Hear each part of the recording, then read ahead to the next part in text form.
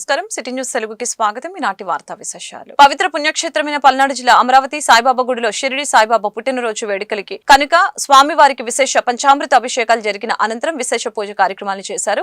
ఉదయం గ్రామోత్సవం, సామూహిక అభిషేకాలు, శ్రీదేవి భూదేవి సమేత శ్రీ వెంకటేశ్వర స్వామి కళ్యాణం, 2000 మందికి పైగా భక్తులకి అన్నదాన కార్యక్రమాన్ని నిర్వహించారు.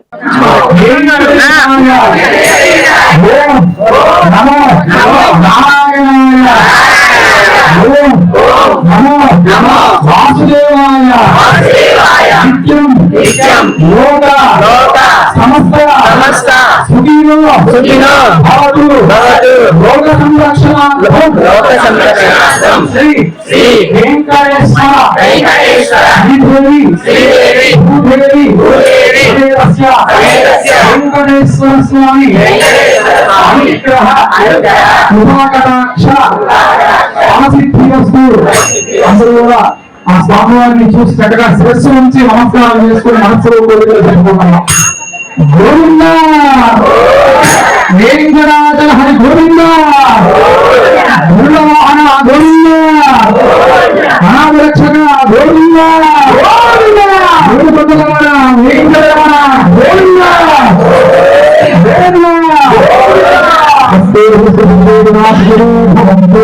ఓం శాంతి శాంతి శాంతి.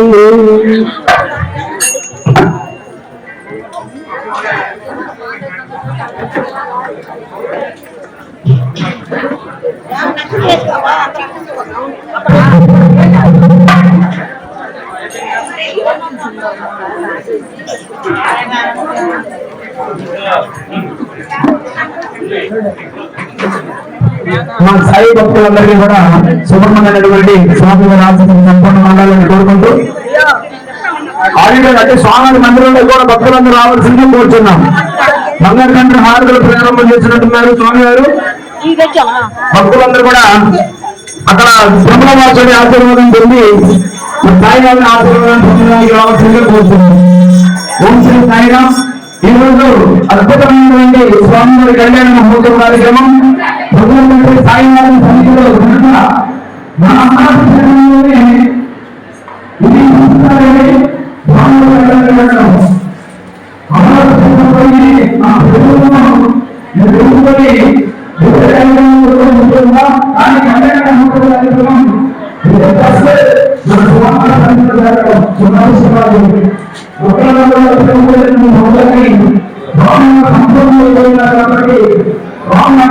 కుక్క పాము కాటు వలన ఏటా పెద్ద సంఖ్యలో మరణాలు సంభవిస్తున్నాయని, గ్రామీణ ప్రాంతాల్లో ఎక్కువ మంది ఆసుపత్రులకు వెళ్లకుండా నాటు వైద్యాన్ని ఆశ్రయించడంతో పాటు ప్రాణాల మీదకు తెచ్చుకుంటున్నారని పెదకూరపాడు సామాజిక ఆరోగ్య కేంద్రం వైద్యాధికారి ఎం విద్య తెలిపారు. పెదకూరపాడు సిహెచ్సిలో కుక్క పాము కాటుకి తీసుకోవాల్సిన తక్షణ చర్యలపై వైద్యులు రమేష్ చైతన్యలతో కలిసి గోడపత్రుల్ని ఆవిష్కరించారు. రోగులకి గ్రామస్తులకి అవగాహన కార్యక్రమాన్ని నిర్వహించారు.